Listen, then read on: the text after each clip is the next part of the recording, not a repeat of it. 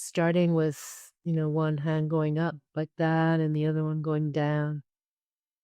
And then do it a lot more slowly than I'm doing it.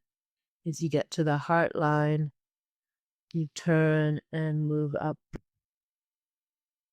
with the other hand. You can do it sitting or you can do it standing, but really helps to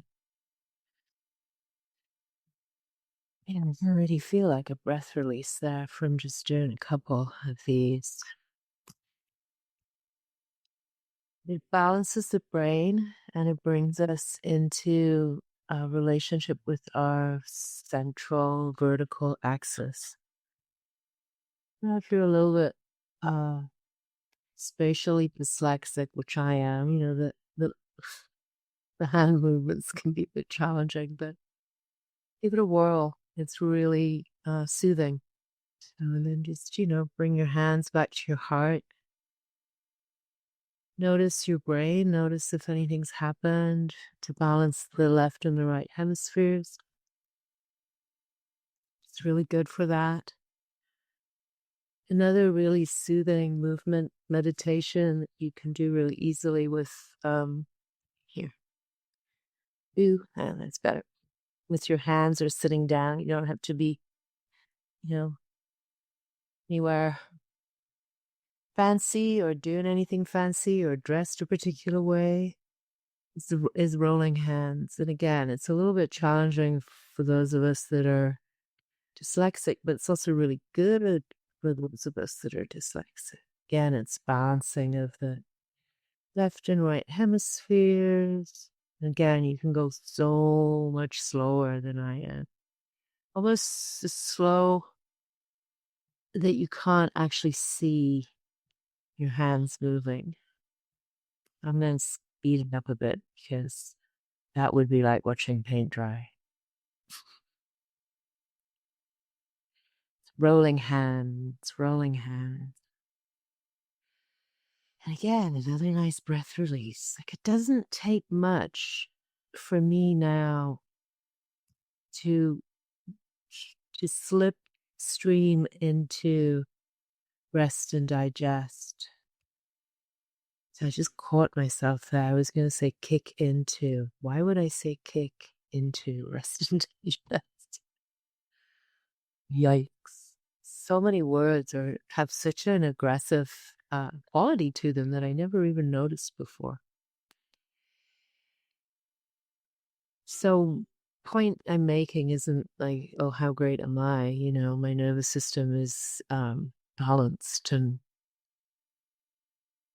it's just to say that these simple attentions, these simple practices, it's like 5 minutes. This isn't even, I don't know, maybe 2 minutes I've been doing this, and do it on a regular basis, consistently. It can really make a difference, really make a difference. Doesn't take as long. It used to take so much longer for a change to occur inside of my system. And I'm yawn because it's also one of my tells. When I yawn, it means things are moving in a good direction. So, anyway. So simple, simple, simple, simple. I am finding that simple is the key here.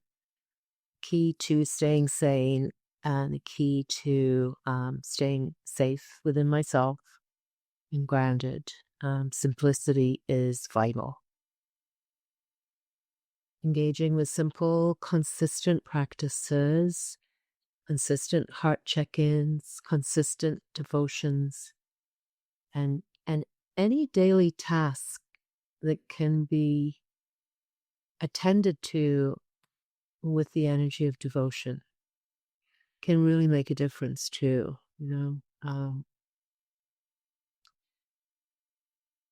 Our home, our workspace, they're all different kinds of hearths, so how are we tending our hearth in a devotional way?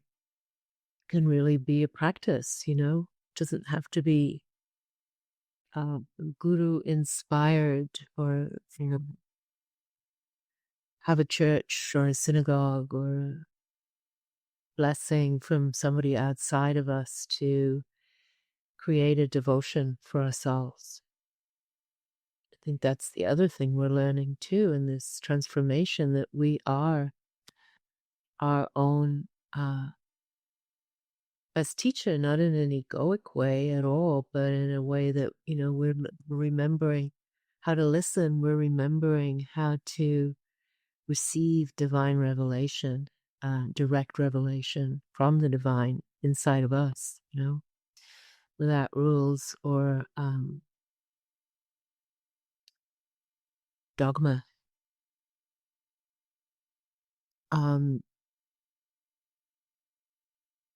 So for me, this heart meditation and simple devotional practices, I call them my 4 pillars of integrity, which I think I've spoken to a little bit in 2,000 months ago when we first started this.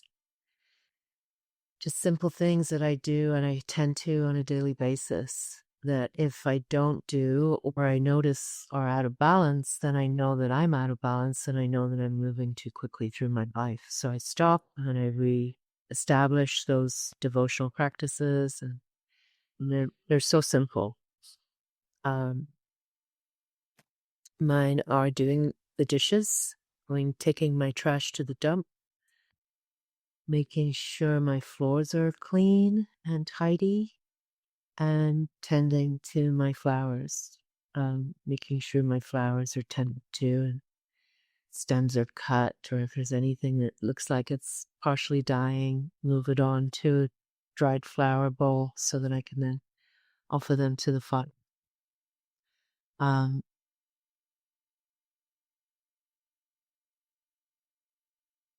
So making relationships sacred, making tasks sacred, by bringing in beauty, bringing in a meditative way of being in relationship, you know, chop wood, carry water kind of a thing. To truly follow the path of the heart, if that's what we have a mind to do, you know, I'm not saying that that's the only way or the way that has to be. It's my way, and that's what I share. So I'm assuming that anybody listening to this might have an interest in that. But certainly it's certainly not dogma. The path of the heart is definitely not a dogmatic path. But in order to do that, there's a relational aspect. We really do. What's required is listening. Now I talk about listening a lot. I mean, what does that really mean? Means getting quiet, means finding a way to get underneath the repetitive chatter that are our stories and our thoughts that intrude from the overculture. I call them programs. The mind virus, Witiko. If you're curious about Witiko, you might want to check out the books that Paul Levy has written on the subject. He does it justice. But it's a shamanic term, and it really refers to like a mind virus that can infect us if we're not in good stewardship with our own minds, if we're giving our minds away to too much information, too much news, too much entertainment even, you know, a picture that isn't of our own creation, of our own mind creation. Our minds have this genius of being able to imagine things and entertain us and bring to different parts of us what we need for nourishment, you know, bring to our heart through our senses